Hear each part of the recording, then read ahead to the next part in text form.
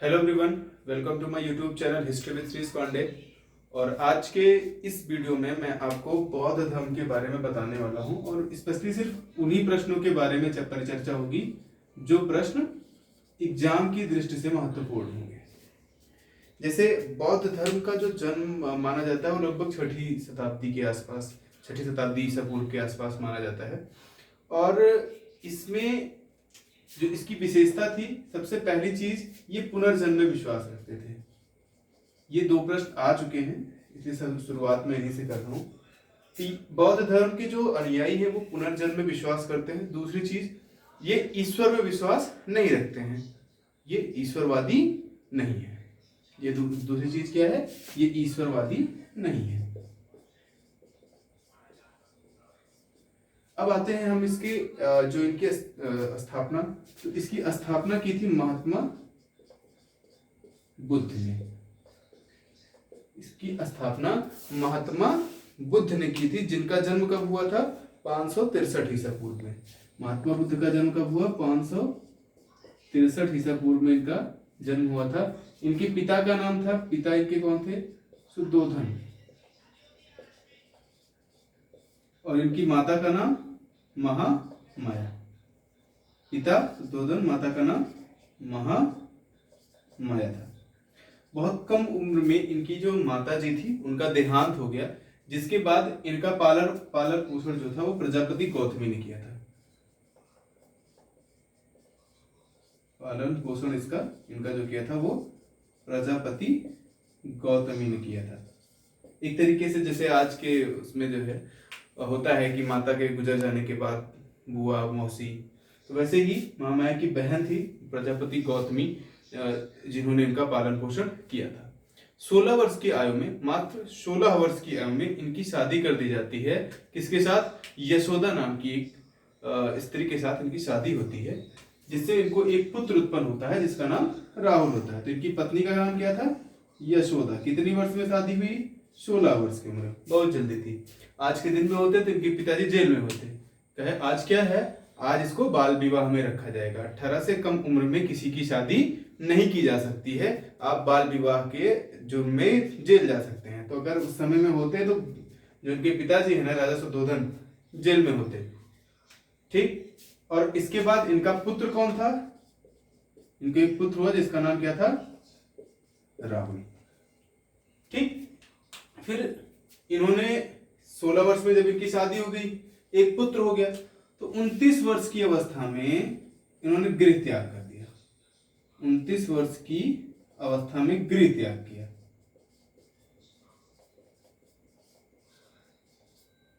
जब ये 29 वर्ष के थे, मात्र 16 वर्ष की अवस्था में शादी हुई। किससे हुई? यशोदा से। पुत्र का नाम क्या है? राहुल। 29 वर्ष की अवस्था में इन्होंने गृह त्याग दिया। और जो ये गृह त्यागने की जो घटना है, इसको बुद्ध धर्म में नाम दिया गया महाविनिष्क्रमण।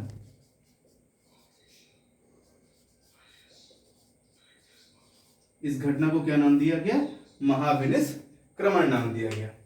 यानी जब इन्होंने गृह त्याग किया, ये प्रश्न कई बार पूछा गया है कि महात्मा बुद्ध के गृह त्याग की घटना को बुद्ध धर्म के लोगों ने क्या नाम दिया था? तो नाम दिया गया था महाविनिष्क्रमण, इसका नाम दिया गया था। आते हैं आगे।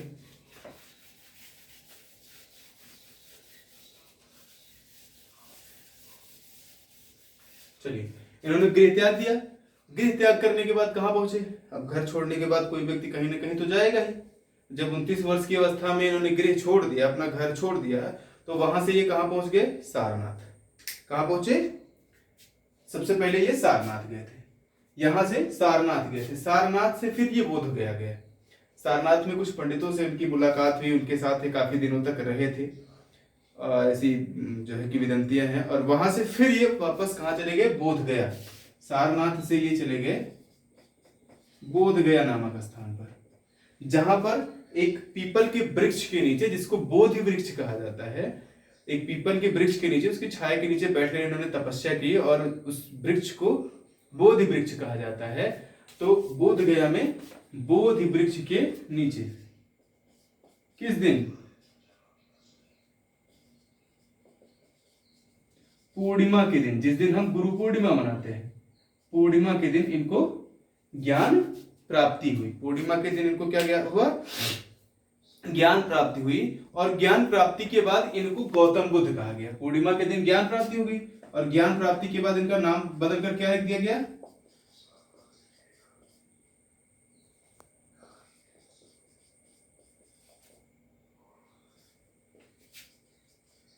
के बाद इनका नामकरण कर दिया गया गौतम बुद्ध।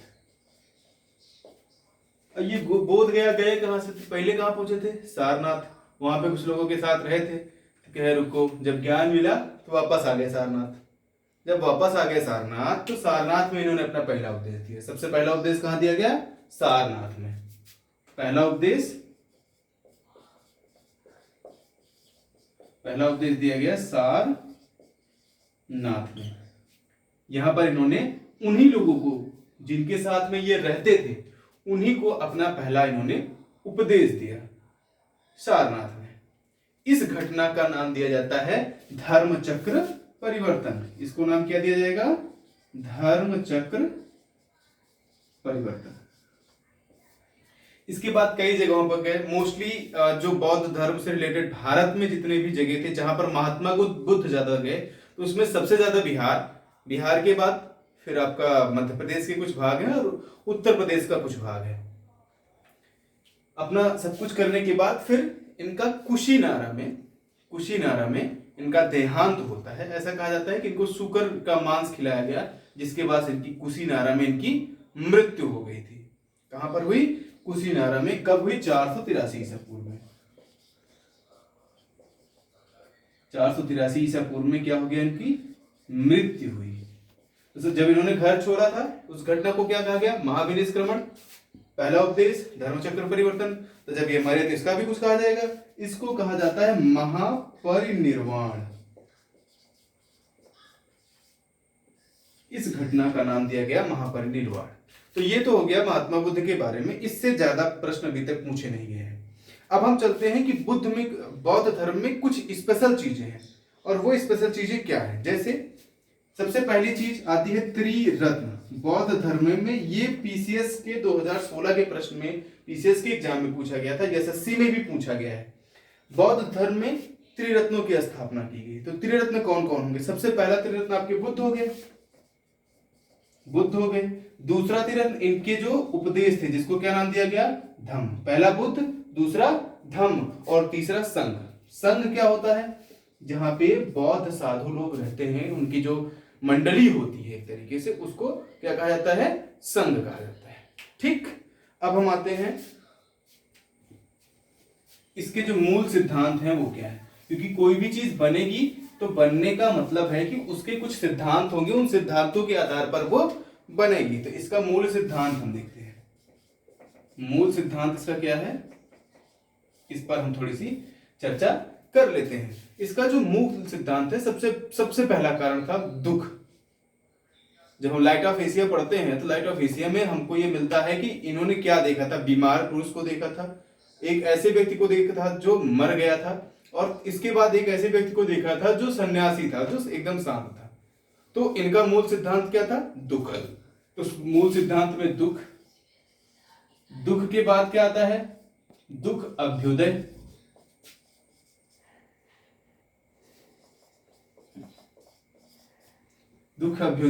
फिर उसके बाद दुख निरोध, और फिर दुख निरोध प्रतिपदा।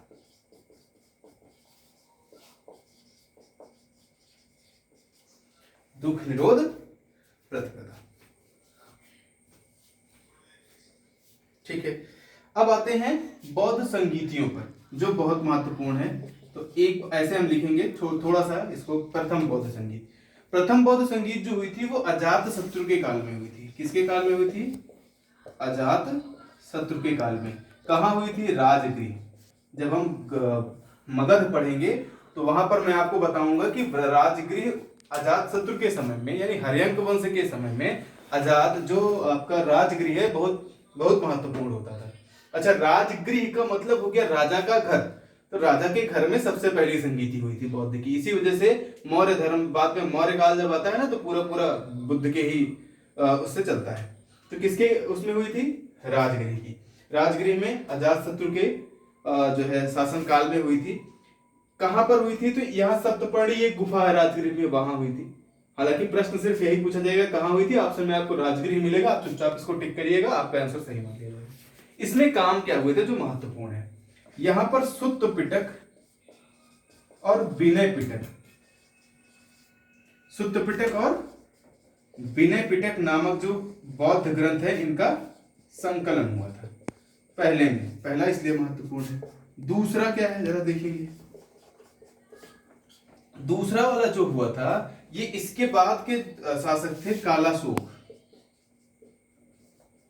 जो शिशुनाग वंश के थे कालाशोक। इसके बाद के शासक कौन थे? कालाशोक।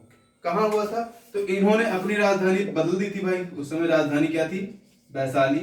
383 ईसा पूर्व क्या था? कालाशोक के काल में वैशाली, और 383 ईसा पूर्व यहां पर क्या हुआ था कि जो स्थाविर और महासंघिक नामक दो भागों में बौद्ध धर्म बट गया था। पहला क्या था? स्थाविर, और दूसरा महासंघिक। ये प्रश्न पूछा जाता है। दो पार्ट्स में, दूसरे में दो भागों में बटा, ऐसे ही याद रख लीजिए। अब आते हैं तृतीय में। तीसरा जो था ये अशोक के काल में हुआ था। तीसरा किसके काल में हुआ था? अशोक के। और अशोक की राजधानी क्या थी? पाटलिपुत्र। अशोक के काल में हुआ था। और कहां हुआ था? पाटलिपुत्र में हुआ था। कब हुआ था? 251 ईसा पूर्व।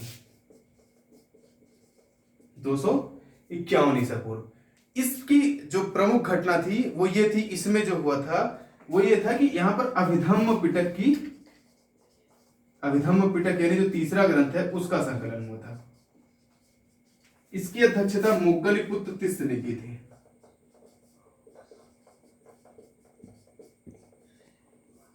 मोग्गलीपुत्र तिस्स ने तृतीय वाले की जो है अध्यक्षता की थी, और दूसरे की जो अध्यक्षता थी वह सब्बा कामी ने की थी। इसकी अध्यक्षता किसने की थी? सब्बा कामी ने। अब आते हैं हम चतुर्थ। चतुर्थ जो था ये किसके काल में हुआ था? कनिष्क के काल में। कनिष्क के काल में हुआ था। और कनिष्क के समय में महत्वपूर्ण स्थान कश्मीर हुआ करता था, कश्मीर में हुआ था। ठीक, चतुर्थ कनिष्क कश्मीर पहली या दूसरी शताब्दी के आसपास हुआ था। समय का थोड़ा सा यहाँ पर जो है आपको वो इतिहास में बहुत विवरण इसका नहीं मिलता है। और इस समय जो इसके अध्यक्ष हुआ करते थे वो पशुमित्र थे। इस सबसे महत्वपूर्ण यह है चतुर्थ, क्योंकि यहां से ये दो अलग अलग शाखाओं में बढ़ गया। बौद्ध धर्म दो अलग अलग शाखाओं में बढ़ गया। एक का नाम दिया गया हीनयान, एक का नाम दिया गया हीनयान, और दूसरे का जो नाम है वो आपको दिया गया महायान। हीनयान और महायान दो भागों में बढ़ गया। ठीक, हीनयान जो थे ये बौद्ध धर्म के जो मूल सिद्धांत थे उनको लेकर चलते थे, और जो महायान के लोग थे इन्होंने अपना सिद्धांत बनाया। जैसे हीनयान के जो अनुयायी थे उन्होंने क्या किया कि इनको ये लगा कि जो जो महात्मा बुद्ध है वो एक महापुरुष है। इन्होंने कहा नहीं, वो देवता है। ये पूजा पाठ में नहीं ध्यान देते थे, ये पूजा पाठ करते थे। ठीक, ये हो गया आपका बौद्ध धर्म। आज तक जितने भी एग्जाम हुए हैं उसमें बौद्ध धर्म से इतने ज्यादा प्रश्न नहीं आए हैं। इसके बाद हम अगले वीडियो में जैन धर्म के विषय में पढ़ेंगे। तो बौद्ध धर्म से इतने ही प्रश्न आते हैं, बहुत ज्यादा पढ़ने की जरूरत नहीं है। हाँ, एक और चीज है जो बौद्ध धर्म से पूछी जाती है कि कुछ घटनाएं होती हैं। जैसे भगवान बुद्ध ने सबसे पहले जन्म लिया, जन्म लेने के बाद गृह त्याग हुआ, गृह त्याग के बाद उनको निर्वाण की प्राप्ति हुई या ज्ञान की प्राप्ति हुई, फिर उसके बाद उनकी मृत्यु हुई। तो इन घटनाओं को एक विशेष चिन्ह के उसमें देखा जाता है। तो ये जो चिन्ह है ये पूछे जाते हैं। तो मैं 1 मिनट का टाइम लगेगा, तो मैं इसको कर देता हूं, आपको बता देता हूं।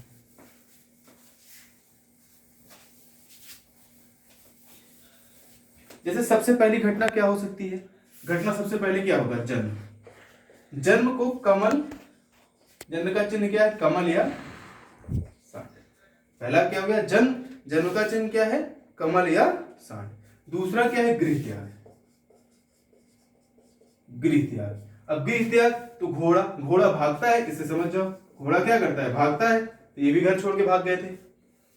तीसरी घटना क्या है? ज्ञान।